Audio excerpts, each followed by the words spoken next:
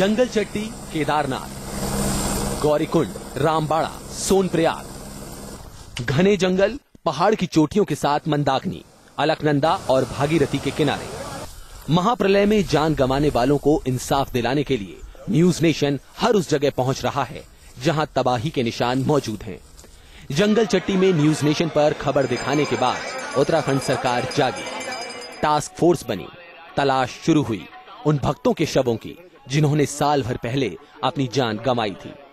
अब तक 41 कंकाल मिल चुके हैं, लेकिन तलाश खत्म नहीं हुई है। न्यूज नेशन की मुहिम आगे बढ़ रही है। अब तलाश शुरू होगी उस चोटी पर जिसे गोमकुड़ा कहा जाता है।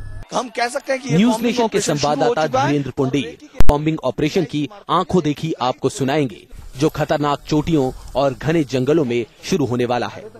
रास्ता कठिन है, मौसम भी कठिन परीक्षा ले रहा है, लेकिन ये फर्ज का कर्ज है। इसी हेलीकॉप्टर से अब हम लोग लिंचौली तक जाएंगे, जहां उत्तराखंड पुलिस की स्पेशल टास्क फोर्स के डीआईजी मर्तोलिया साहब वहां से आगे जाकर इस पूरे सर्च ऑपरेशन को, कॉम्बिंग ऑपरेशंस को देखेंगे और हम उनके साथ शामिल होंगे, क्योंकि न्यूज नेशन ने कल बताया था कि वहां उस चोटी पर भी 50 से ज्यादा कंकाल स्थानीय लोग बता रहे हैं। इसी सूचना पर अब उत्तराखंड स्पेशल जो टास्क फोर्स बनाई गई है वो वहां पहुंच रही है। तो आइए मेरे साथ हम चलते हैं उस बताई गई जगह पर पुलिस के साथ कॉम्बिंग करने।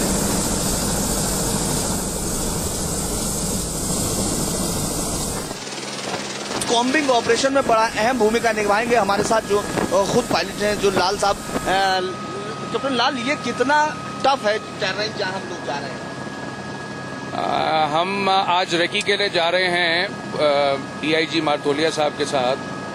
ये अबाउट 13,000 से 14,000 वहाँ पे पूरा रेकी करके उन्होंने जो प्लान किया है अपना ऑपरेशन, इसके लिए हम आज हमारे को स्टेट गवर्नमेंट ने बताया है। और इस एरिया में अभी उन्होंने जो मिशन उनका है उसकी रेकी करा के हम कोशिश करेंगे कि अगर कहीं पे जगह मिले तो उनको वहाँ से ऑपरेशन लॉन्च करने की और उनको एडम अरेंजमेंट्स देने की हम कोशिश करें आज। पिछली बार आपने इस ऑपरेशन में बेहद, मैं कहूँ केदारनाथ से बेहद अहम भूमिका निभाई थी। आप उन लोगों में शामिल थे जिन्होंने बहुत ज्यादा रेस्क्यू ऑपरेशन में भाग लिया था। आप समझते हैं कि ये भी काफी उसी लेवल का रेस्क्यू ऑपरेशन हो? हाँ जी, ये अभी जो उनको मिशन मिला है उसके ऊपर मैं उसको बताना नहीं चाहता हूँ, लेकिन जो भी उनका मिशन है वो भूमिका तो है ही, बिकॉज ये प्लानिंग स्टेट गवर्नमेंट के हाईएस्ट लेवल पे हो रही है और उनको रिकॉनेसेंस के लिए भेजा जा रहा है। तो वो रेकी करके वो प्लान करेंगे और उसके बाद अपनी टीम लेके वो ऊपर 13,000 और 14,000 पे ऑपरेट करेंगे। शुक्रिया लाल साहब। तो आप देख रहे हैं कि किस तरह से इस कॉम्बिंग ऑपरेशन की शुरुआत हुई है और तमाम अधिकारी इसमें पहुंच रहे हैं। और ये इस कॉम्बिंग ऑपरेशन की शुरुआत हो गई, आप देख रहे हैं। यही वो पूरा इलाका है जहां इस पूरे इलाके में डीआईजी मर्तोलिया साहब अपने कैप्टन लाल उनके साथ, अपने सहयोगियों के साथ इस पूरे एरिया में कॉम्बिंग की जाएगी। यही वो एरिया है जो गोरीकुंड के ऊपर से शुरू होता है और ये वहां तक पहुंची। तो इस पूरे एरिया में कुछ ही देर बाद जो एसटीएफ है, उत्तराखंड पुलिस की एसटीएफ है, जिसको स्पेशल टास्क फोर्स, जिसको इसी काम के लिए, इस कॉम्बिंग ऑपरेशंस के बाद किया गया है, जो न्यूज नेशन की खबर के बाद से जो कॉम्बिंग ऑपरेशंस दोबारा शुरू किया गया है, तो उसके लिए पूरा सर्च ऑपरेशन जो होगा उसका यही वो एरिया है। तो ये इस पूरे एरिया पे आप देख सकते हैं, ये काफी टफ टेरेन जो 13 से 14,000 फीट के एरिया पर है और यही वो पूरा सर्च ऑपरेशन। आप देख सकते हैं कितना टफ एरिया है ये, यहाँ तक पहुँचना आसान नहीं है। ये रामबाड़ा आ रहा है नीचे।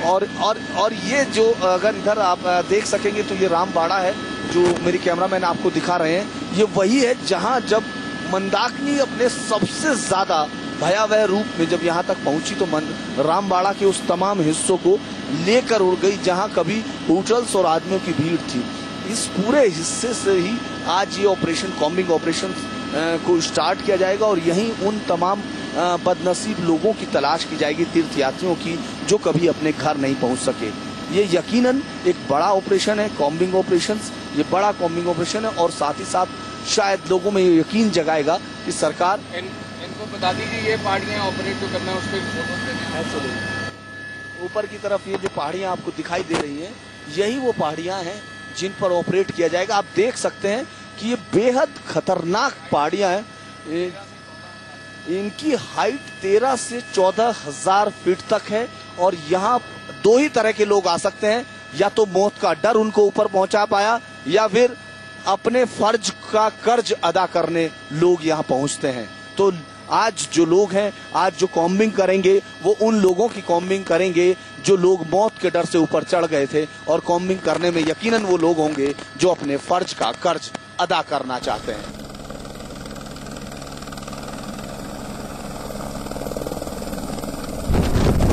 इस वक्त हम ओमकारा पर हैं, जहां से डीआईजी मर्तोलिया की टीम इस जो शव पड़े होने की बात हो रही कि अलग अलग जगह शव हैं, उनकी कॉम्बिंग में है। और ये बेहद टफ 10,000 फीट से ज्यादा ऊंचाई पर है ये, और यहाँ से शुरू होगा ये सोनप्रयाग तक। ये पूरी टीम आप देख सकते हैं कि पूरी टीम अपने साजो सामान के साथ इतनी टफ टेरेन में उन बदनसीब जो तीर्थयात्री थे, जो अगर इस रास्ते में फंस गए और वापस नहीं लौट सके, उनके अंतिम संस्कार के लिए सम्मान के साथ अंतिम संस्कार, और उनके पास अगर कोई पहचान का सामान है उसको नीचे ले जाकर ताकि गुमशुदा लोगों के परिजन उससे मिलान कर सकें, उसके लिए एक बड़े बेहद अहम ऑपरेशन पर अब चल दिए। हमारे साथ, हम इस टीम के साथ हैं और अब इस पूरे ऑपरेशंस के दौरान, कॉम्बिंग ऑपरेशंस के दौरान देखते हैं कि क्या इन लोगों को मिलता है और किस तरह उन जो बदनसीब तीर्थयात्री यहाँ फंस गए थे उनका अंतिम संस्कार किया जाता है। ये सरकार की एक बड़ी पहल है कि कम से कम उन बदनसीब तीर्थयात्रियों का अंतिम संस्कार सम्मान से हो और उनका जो पहचान की चिन्ह है वो उनके परिजनों तक पहुंच सके, ताकि उनको ये पता चले कि उनके जो बाप, बेटे, माँ, बहन, उन लोगों ने शायद यहीं अंतिम सांस ली थी।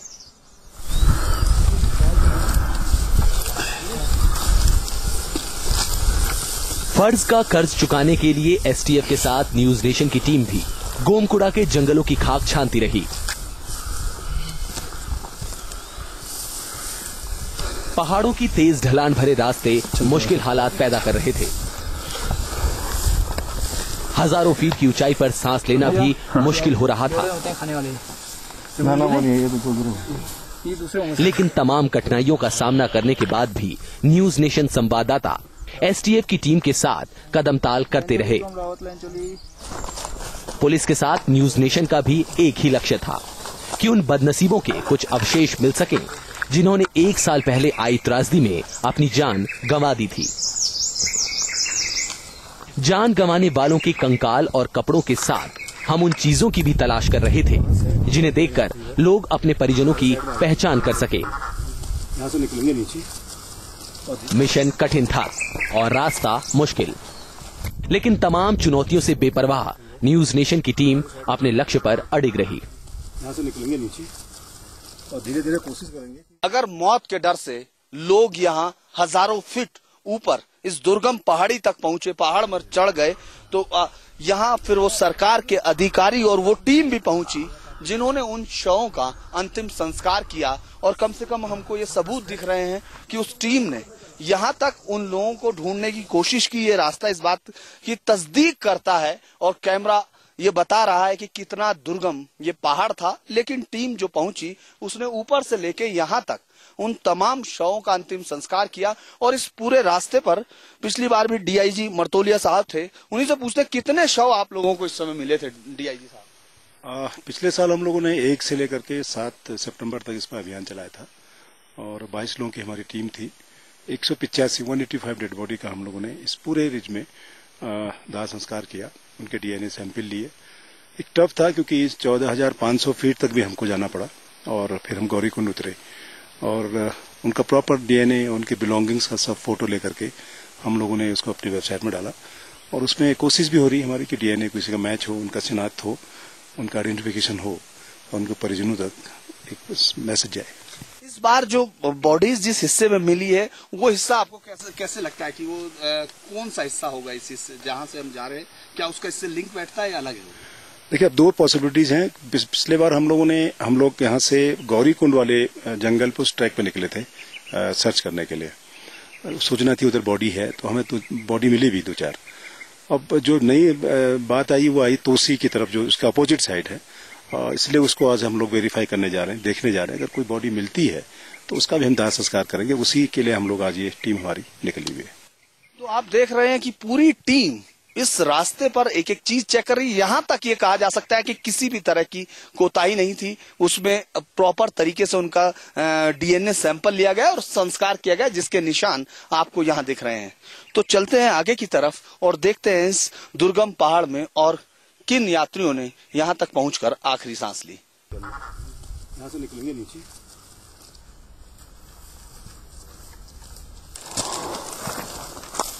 आखिर में यहाँ इस जगह जब ये पहाड़ खत्म होकर त्रियुगी नारायण का पहाड़ शुरू होता है, यहाँ तक हुई। अगर आप ये कहें कि 11,000 फीट से शुरू हुई इस कॉम्बिंग में अगर हमको जगह जगह मिले तो वो तमाम निशान, जिसमें कि पहले से एक यूनिट यही पुलिस अधिकारी थे जिन्होंने इस पूरे उस पर जो केदारनाथ से शुरू कर गोरी कुंड तक के पहाड़ों के बीच में कॉम्बिंग की थी। और उस दौरान जो शव मिले थे उनका संस्कार डीएनए लेकर किया गया था। हालांकि जो लोकल के लोगों ने दावा किया था कि उनका पूरा यकीन है कि इसमें सैकड़ों लोगों के शव होंगे। तो चारों तरफ अगर हम कहें कि बड़ी घास है, जिस रास्ते से हम आए हैं वो गदेरे से होता हुआ रास्ता है, यानी पानी के बीच से उतरता है, जिसको बेहद खतरनाक रास्ता कहा जाता है। उस रास्ते में कुछ खच्चर की जरूर हड्डियां मिली, लेकिन इस तरह का कोई निशान नहीं मिल रहा था जिससे ये कहा जाए कि जो भीड़ थी, जो लोग थे जो इस पर चढ़ गए और जो केदार पर्वत पर जिनके डेड बॉडीज मिली थी, उनमें से कुछ लोगों का ग्रुप इस तरफ भी आया था। त्रियुगी नारायण के लोगों का कहना था कि उन्होंने इस तरह के गांव को लोग जाकर मदद की थी और वहां जाकर देखा था, लेकिन जिस तरह से घास आसपास उगाई है उसमें कुछ भी देखना संभव नहीं था। लेकिन अहम बात यह है कि कोई इस तरह का निशान भी नहीं मिला कि जनरली यहाँ से कोई साड़ी, कपड़े, जूते या इस तरह का चीज। तो ये कहा जा सकता है इस पहाड़ के इस रास्ते पर जिस पर हम लोगों ने कॉम्बिंग में टीम के साथ थे, उस दौरान कोई ग्रुप इस तरफ नहीं निकला। इस बात की उनके जो पुलिस अधिकारी वो कह रहे हैं। अभी ये जो आप देख रहे हैं कि ये पहाड़ से ये खत्म नहीं हुई है कॉम्बिंग, इससे ये नदी है जिसके बाहर एक स्थायी पुल बनाना होगा। अभी कोई पुल नहीं है और यहाँ से दूसरी तरफ जाना होगा। शाम के 7 बज रहे हैं और इस वक्त दूसरी तरफ जाना यकीनन काफी टफ होगा, लेकिन इस पर पुल बनाने की तैयारी चल रही है। एक पुल बनाया जाएगा जिससे फिर इस एक पहाड़ को पार करने के बाद एक दूसरी नदी है, उससे पार कर त्रियुगी नारायण तक पहुंचा जाएगा। तो ये एक कॉम्बिंग थी जो एसटीएफ के डीआईजी मर्तोलिया साहब के नेतृत्व में शुरू हुई थी और अब यहाँ आकर खत्म हो रही है। हालांकि दूसरे पहाड़ पर भी अभी लोगों की खोज होगी, लेकिन सवाल वही है कि जिस तरह से लोकल के लोग बता रहे हैं उस तरह से पुलिस की कॉम्बिंग चल रही है और उसमें कुछ उसको अभी तक अगर जिस तरह न्यूज नेशन ने दिखाया था तो उसको उस इलाके में से 20 शव मिले थे और 5 शव 11 को जला चुकी थी, यानी कुल मिलाकर उस हिस्से में से 25 शव मिले थे। लेकिन बाकी अभी जो इलाका त्रियुगी नारायण के लोगों का कहना था कि उनको वो उन्हीं शवों की शिनाख्त कर रहे थे, उन्हीं शवों के बारे में बात कर रहे थे जिनका अंतिम संस्कार पुलिस पहले कर चुकी है और उसमें से कुछ रिमेन्स बच गए थे। उत्तराखंड के पहाड़ों की खाक छानने के बाद अब हम आपको वहां ले चलते हैं जहां से देवभूमि में तबाही की शुरुआत हुई थी। 2013 में हुई भारी बारिश के बाद केदार घाटी के ऊपर स्थित गांधी सरोवर के किनारों के टूटने के बाद ही केदारनाथ में मंदाकिनी ने प्रलय ढाई थी।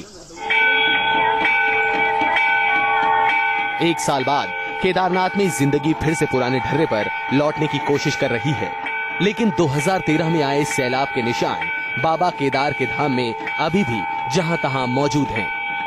ठीक 1 साल पहले कुदरत ने केदार घाटी में ऐसी तबाही मचाई थी कि सब कुछ बर्बाद हो गया।